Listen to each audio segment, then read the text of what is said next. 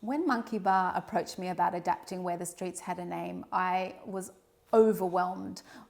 For me, this is a book that is probably the closest to my heart out of all my novels. It's something that really hits home for me, speaking about and bearing witness to the impact of the Israeli-Palestinian conflict on children, and the chance to take that story to a young adult audience and bring it out into schools and to have young Australians understand the lived experience of occupation, of dispossession, really for me is just the best thing that could come out of me writing this book. Boy, I'd tell her. She's old enough, and after what she's been through herself. Tell her what, Noor? Tell her what? Why did you send me away, Baba? I would have helped you fight. Habibti, you were 9 years old. And besides, you can't fight bulldozers with stones. Monkey Bar made a commitment a few years ago to develop culturally diverse works.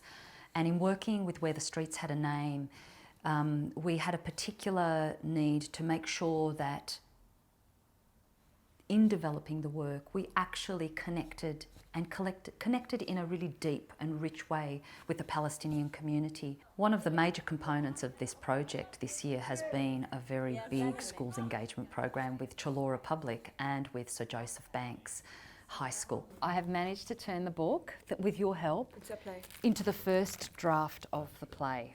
Okay? Yeah. But, you know, to you too.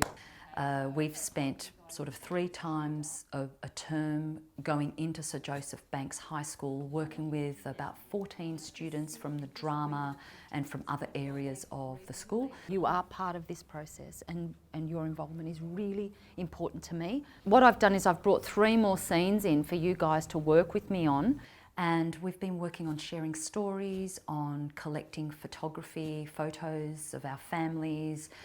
We've been working on themes from Where the Streets Had a Name. So how am I supposed to know? We've been working on scenes from the play. So there have been some really, really specific directions that have come from those students. So we've weaved all that into the script. I think Australian teenagers will relate to the character of Hayat, despite the fact that they've grown up in such different circumstances, because they'll connect with the human story that's part of her journey. They'll connect with her resilience. They'll connect with the faith that she has to try and do something for the sake of her grandmother.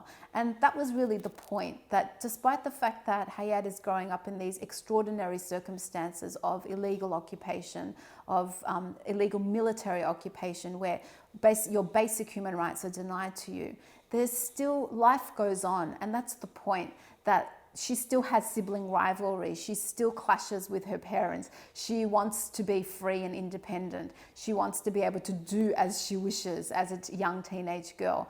And I think that those human stories are really important, because we tend to forget that when we live in the first world, the developed world, that life goes on for people in war-torn countries, and they are trying to make ordinary lives for themselves in extraordinary circumstances.